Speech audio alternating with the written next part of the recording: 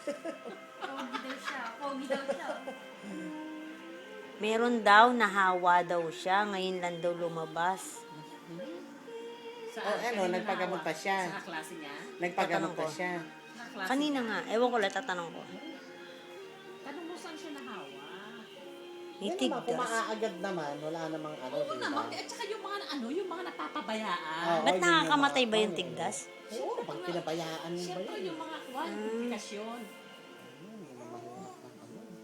Oo, di ba? Kaya si baby, nung nagka-allergy, talagang kinaano agad na. Oo, kaya kailangan yung pa-doktor agad. At saka yung mga yung mga mahihina resistensya. Ano nagka-resistensya ni Paul?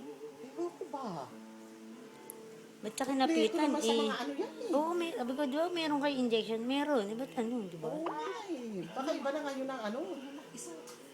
Kulit. Be, baka na dito niya. Papalitan ko nga uli yan eh. Ba't hawak mo yung flashlight mo?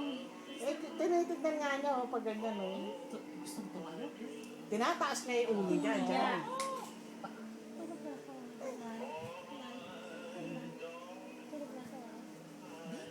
Hyper nito.